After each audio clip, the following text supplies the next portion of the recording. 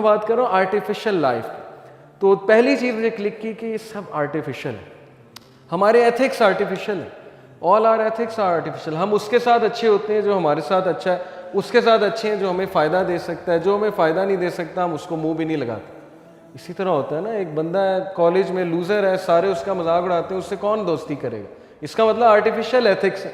हमारे एथिक्स से डिफाइन होते हैं कि कौन कूल है, कौन अच्छा है, उसके साथ दोस्तियाँ लगानी। ये सब मैं देख रहा था अपने इर्द गिर्द उस टाइम पर। फिर एम आई हैप्पी, ये बड़ा एक वैलिड क्वेश्चन है, एम आई रियली हैप्पी? क्या मैं हैप्पी हूँ? ये सब कुछ करके मुझे खुशी मिल रही है, सुकून मिल रहा है? तो ये मैं सोचता था, ये सवाल मैं सोचता था। Do I really want to live the way I am living? क्या मैं ऐसे ही ज़िंदगी गुजारना चाहता हूँ जैसे मैं गुजार रहा हूँ? इसी तरह आर्टिफिशियल चलेगा सब कुछ, इसी तरह लोगों को खुश करके ज़िंदगी गुजरेगी। What's missing? वो मिसिंग इंग्रेडिएंट मैं ढूंढने की कोशिश करता था। Can I really gain the pleasure of people? क्या मैं वाकई लोगों का प्लेजर ले सकूँगा? क्या लोगों पे मैं इतना डिपेंडेंट हो जाऊँगा कि वो मेरी लाइफ को डायरेक्ट करेंगे? वगैरह वगैरह, ऑल दीज थिंग।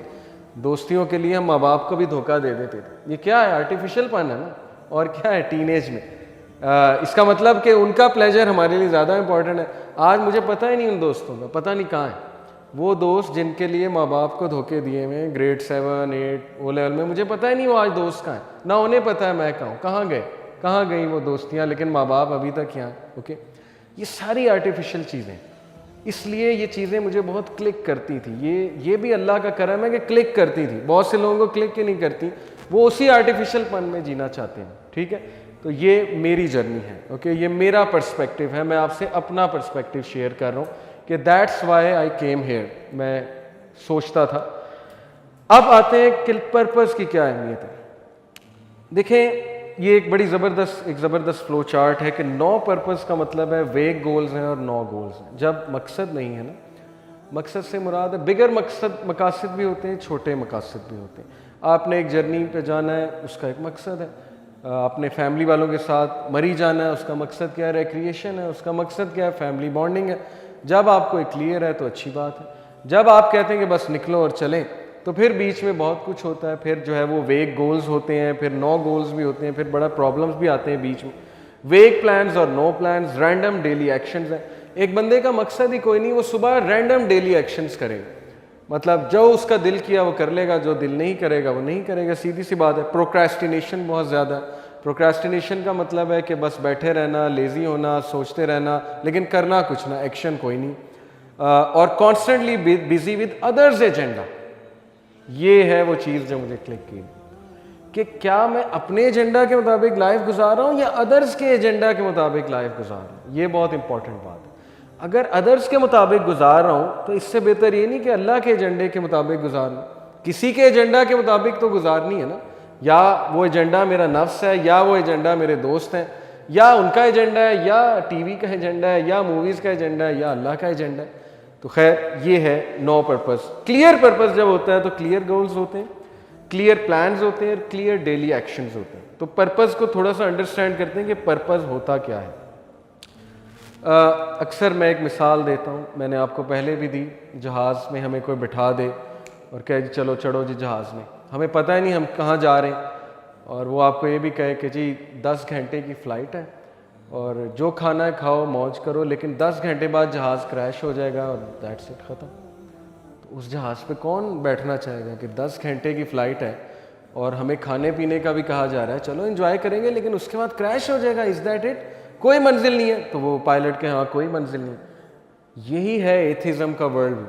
आ जाओ हमारे जहाज़ पे चढ़ो, एंजॉय करो, कोई लॉज नहीं है, खाओ पियो ऐश करो, पार्टी करो, कोई हलाल व हराम नहीं है, कुछ नहीं है, जो तुम्हारा दिल करता है करो। उसके बाद क्रैश है, उसके बाद मर जाना है। मरने के बाद क्या हमें नहीं पता, उसके बाद हमें नहीं पता है। तो क्या मंजिल है? मंजिल कोई नहीं है। आ जाओ चढ़ो हमारे जहाज़ पे और let's solve world issues like poverty and unemployment and women issues and stuff. इस जहाज़ पे चढ़ के आओ, सॉल्व करते हैं। ये है नैरेटिव। और फिर जाहिर है ये पिक्चर भी मैं अक्सर दिखाता हूँ कि अगर आपको कोई एक फैक्ट्री में छोड़ दे और कहे find out what you have to do, जाओ घूमो फिरो देखो क्या करना है तुमने, और दूसरा सीईओ आपको कहे कि ये है तुम्हारी जॉब डिस्क्रिप्शन, ये करना है, ऑब्वियसली पहले वाला बहुत टाइम ज़ाया करेगा। शायद मिल जाए, शायद ना मिले, जैसे वेस्ट एक्सपेरिमेंटेशन में लगा हुआ है अभी तक कम्युनिज्म, सोशलिज्म, कैपिटलिज्म, ठीक है ना, इज़म्स एंड स्किज़म्स की जंग अभी तक चल रही है। वेस्ट की खैर एक स्ट्रगल है, ठीक है, उस स्ट्रगल को मैं थोड़ा अप्रिशिएट भी करता हूँ, हर चीज़ बुरी नहीं है वहाँ। अगर उन्होंने बहुत सी चीज़ें, फ्रीडम ऑफ स्पीच एक अच्छी चीज़ है, ठीक है, फ्रीडम ऑफ थॉट एक अच्छी चीज़ है, उनके लिए इस तरह अच्छी है कि उनको ऑपरेशन बहुत मिली है चर्च की तरफ से, ठीक है, इसीलिए वो कम्युनिज्म की तरफ आ गए ना, कि मार्क्सिज्म क्यों उन्हें पसंद आया कि ये तो इक्वालिटी की बात कर रहा है, ये तो freedom of thought, freedom of speech की बात कर रहा है, तो उनकी एक स्ट्रगल है, उसके मुताबिक वो यहाँ पर आए हैं। लेकिन अल्लाह ने बना बनाया सिस्टम मुसलमानों को दे दिए। ट्रस्ट की बात है ना, मेरा एक बॉस मुझे कहे या तो मुझ में ट्रस्ट कर लो या फिर लगे रहो, रिसर्च करो, फार्मूला निकालो लाइफ का। अब वो फार्मूला निकाल रहे हैं, वो फार्मूले में जो टेस्ट और ट्रायल हो रहा है उसमें कितनी जिंदगियां बर्बाद होती हैं, हु केयर्स। फेमिनिज्म पता नहीं कितने लोगों की जिंदगियां बर्बाद करेगा, आई डोंट नो, क्या पता फायदा दे, क्या पता बर्बाद करे। क्या कोई हतमी आपके पास डाटा है कि इस आइडियोलॉजी ने इतने लोगों का घर बर्बाद किया, इतने लोगों का घर संवारा?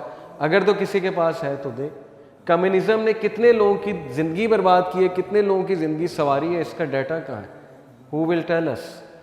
अल्लाह कह रहा है कि मुझ पर ट्रस्ट कर लो, मैंने अपने नबियों को भेजा है, मैंने एक फार्मूला दिया, उसे अप्लाई तो करो। उसे अप्लाई किए बगैर ये कहना कि ये एक्सट्रीमिज्म है, ये टेररिज्म है, क्वेश्चंस रेज करना, एक चीज़ को अप्लाई किए बगैर उस पर क्वेश्चन रेज करना, आई डोंट थिंक सो एक स्मार्ट अप्रोच है। ओके, अप्लाई तो करें ना, ट्रस्ट आहिस्ता आहिस्ता आता है, गैब पर ईमान लाना वो हमने करना ही करना है। कुछ चीज़ें समझ आएंगी, कुछ चीज़ें एक ख़ास लेवल पे जाके समझ आएंगी। मुझे बहुत सी चीज़ें शुरू में नहीं समझ आती थी, ये क्यों है, ऐसा क्यों है, ये क्यों हराम है, वो क्यों हराम है। आज मैं क्रिस्टल क्लियर हूँ अल्हम्दुलिल्लाह। आज मुझसे को पूछेगा, मैं उसे कहूँगा मैं क्रिस्टल क्लियर हूँ, ये मेरा व्यू है, आपको पसंद आता है तो ठीक है, लेकिन मैं क्रिस्टल क्लियर हूँ उसके ऊपर। अगेन एक और मिसाल मैं अक्सर देता हूँ कि अगर ये लेन्स ना होती तो गाड़ियों ने, किसी ने इस तरह खड़ा होना था, किसी ने इस तरह, किसी ने उल्टा, किसी ने सीधा, वो सारी खिचड़ी पक जानी थी। आज ये हो रहा है ह्यूमैनिटी के साथ, डिफरेंस ऑफ ओपिनियन है। 10 फिलोसफर्स को एक रूम में बिठाए, उन्हें पूछें what's the purpose of life, लड़ाई हो जाएगी। जॉर्डन पीटरसन को और ये सारे साइकोलॉजिस्ट को एक रूम में बिठाए, उन्हें कहें कि पॉवर्टी एंड करनी, फार्मूला दो, सबकी लड़ाई हो जाएगी। ये होना चाहिए, वो होना चाहिए, जेंडर प्रोनाउंस पे डिबेट हो जाएगी, ठीक है ना, पता नहीं क्या क्या टॉपिक खुल जाएगा। अल्लाह माफ़ करे, जब डिबेट होती है, अल्लाह ने कहा ना कुरान में कि हमने इंसान को हर मिसाल से समझाया, लेकिन ये इंतहाई डिबेटर है और झगड़ालू वो डिबेटर है, डिबेट करने लग जाता है, झगड़ा करने लग जाता है कि नहीं ऐसे है तो वैसे है, फिलॉसफी खोलने लग जाता है। सिंपल चीज़ें हैं, सिंपल मैटर्स हैं, उनको कॉम्प्लिकेट करता है। तो क्या ये हमें मिसालें समझ नहीं दिलाती कि वाई रिलीजन की ज़रूरत क्या है और कौन से रिलीजन की ज़रूरत है, वो रिलीजन हक वाला कौन सा है? Let's at least make an effort to find out कि बुद्धिज़्म ठीक है, क्रिश्चियनिटी ठीक है। ये मैं बात कर रहा हूँ नॉन मुस्लिम्स, आपकी नहीं, माशाल्लाह आप क्लियर हैं। ओके, तो ये मिसाल भी बड़ी मैं अक्सर देता हूँ कि अल्लाह ने हमारे लिए लेन्स डिफाइन कर दिए, just park your car there, that's it, ख़त्म, बहस खत्म हो गई। या अल्लाह पे ट्रस्ट कर लो या वेस्ट पे ट्रस्ट कर लो, जो अभी तक हिट एंड ट्रायल पे चल रहे हैं, एक्सपेरिमेंटेशन पे चल रहे हैं, बहुत अच्छी चीज़ें उन्होंने की, आई अप्रिशिएट, मैं पूरा रद्द नहीं कर रहा। वेस्ट की एक स्ट्रगल है, वेस्ट में बहुत अच्छी चीज़ें हैं, वेस्ट में वैल्यूज़ बहुत अच्छी हैं, कुछ वेस्ट के मॉरल्स भी कुछ बहुत अच्छे हैं, वी अप्रिशिएट, लेकिन स्टिल एक्सपेरिमेंटेशन तो चल रही है ना। अभी पता नहीं वो कहाँ पहुँचेंगे, कंक्लूजन क्या करेंगे, कंक्लूजन होगा भी कि नहीं होगा ये भी हमें नहीं पता।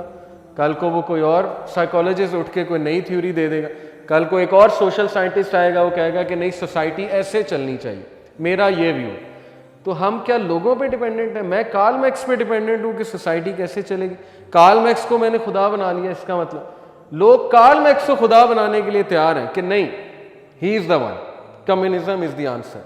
लेकिन इस्लाम को और अल्लाह को खुदा मानने के लिए तैयार नहीं, अल्लाह सुब्हानहू व तआला को वो गॉड मानने के लिए तैयार नहीं, वो अल्लाह पे ट्रस्ट करने के लिए तैयार नहीं। जब कम्युनिज्म की बारी आती है तो हर चीज़ विदाउट क्रिटिकल एनालिसिस जो है वो हजम हो जाता है। हाँ ये भी ठीक है। जैसे ही मज़हब की बारी आई, ये क्यों है, ऐसा क्यों है, वैसा क्यों है, ये क्यों गलत है, वो क्यों गलत है, डोंट यू अंडरस्टैंड हमें कैसे ब्रेन वॉश किया जा रहा है कि हर चीज़ जो मजहबी है उसको क्रिटिकल एनालिसिस दो और हमारी जो चीज़ है उसको घोल के पी जाओ, हमारी चीज़ पे कोई एनालिसिस ना दो। खैर ये एक मेरा दुखड़ा है जो मुझे नज़र आता है। तो एक मैं आपको मैं आर्टिकल पढ़ रहा था। अब वो एक चीज़ होती ना गिल्ट साइकोलॉजी, जब बंदे को समझ ही कुछ ना आ रही हो, वो गिल्ट में हो, फिर वो कहता है कि इस टॉपिक को ही छोड़ो। जैसे एक बंदा, उसे पता है एक चीज़ गुनाह है, वो किए जा रहा है, उससे छूट नहीं रहा, एक टाइम आएगा वो गिल्टी हो के इतना स्ट्रेस में आ जाएगा, कहेगा ये गुनाह ही नहीं, मैं नहीं मानता। जैसे एक बंदा सिगरेट पीता है, उसे पता है तंबाकू नोशी सेहत के लिए मुज़र है, उस पर लिखा हुआ है भाई, माउथ कैंसर की पिक्चर दिखाई जा रही है, पिए जाएगा, स्ट्रेस आएगा कि नहीं ये मैं गलत कर रहा हूँ, एक टाइम आएगा कहेगा झूठ है, ये पिक्चर्स भी झूठ है, सब झूठ है, गुनाह है नहीं, मैं नहीं मानता। ये वही चीज़ है, वो पर्पज़ की डिस्कशन। जब हम बैठें 5 मिनट बैठें कि यार मैं कर क्या रहा हूँ, तो हमें दौरे पड़ने शुरू हो जाएंगे। ये मेरा क्लेम है, हमारी जो यूथ है, अगर वो 5 मिनट से बैठ जाए ना ये सोचने के लिए कि मैं कहाँ जा रहा हूँ या जा रही हूँ, तो उनके दौरे पड़ना शुरू हो जाएंगे। दौरा पड़ने की वजह कि वो जब रियलिटी, आँख जब खुलनी है और रियलिटी सामने आनी है, तो फिर बड़ी प्रॉब्लम हो जाएगी। इसीलिए we have surrounded ourselves with devices कि दौरा ना पड़े। जैसे वो एक बेचारा एडिक्ट होता है, अल्लाह माफ़ करे, उसको कोई एडिक्शन की वजह से बीमारी ना आए, तो वो सराउंड कर लेता है अपने आप को उस चीज़ से। ये हार्श बात है, माइंड ना कीजिएगा, मैं भी इस जर्नी से गुजरा हूँ। मेरा मकसद आप लोगों को कोई वो टॉन्ट करना नहीं है, अल्लाह माफ़ करे, ना ही कोई ऑडियंस को जो वीडियो देख रहे हैं। मैं एक हार्श बात इसलिए कर रहा हूँ, कभी कभी हार्शनेस से हमारी आंखें खुलती हैं। तो हमने अपने आप को ना सराउंड किया हुआ, हमने पेट्स रखे हैं, ये हमारा पेट है। जब हम पे को दौरा पड़ता है ना, थोड़ी सी हमें जाग आती है, तो हम इसको खोलते हैं, यूट्यूब की वीडियो लगाते हैं या नेटफ्लिक्स खोल लेते हैं, और बस वो दौरा हमारा कुछ देर के लिए ख़त्म हो जाता है। उसके बाद फिर वो एग्जिस्टेंशियल क्राइसिस का दौरा पड़ता है रात को, तो फिर हम वो स्नैपचैट खोल लेते हैं, कुछ और खोल लेते हैं। माइंड नहीं करना थोड़ी, लेकिन ये रियलिटी है। ओके, थोड़ा इस पर सोचिएगा कि हम क्यों कर रहे हैं चीज़ें। कोई बुरी बात नहीं है, आप डॉक्यूमेंट्री देखें, यूट्यूब एक्सप्लोर करें, स्नैपचैट पे आपके दोस्त हैं, ओके फाइन, आप स्नैपचैट एंजॉय करें, उसके जो फंक्शंस हैं, लेकिन why are you doing this, ये बहुत इंपॉर्टेंट क्वेश्चन है। क्या आप एस्केपिज्म की तरफ जा रहे हैं? क्या आप सुनना ही नहीं चाहते?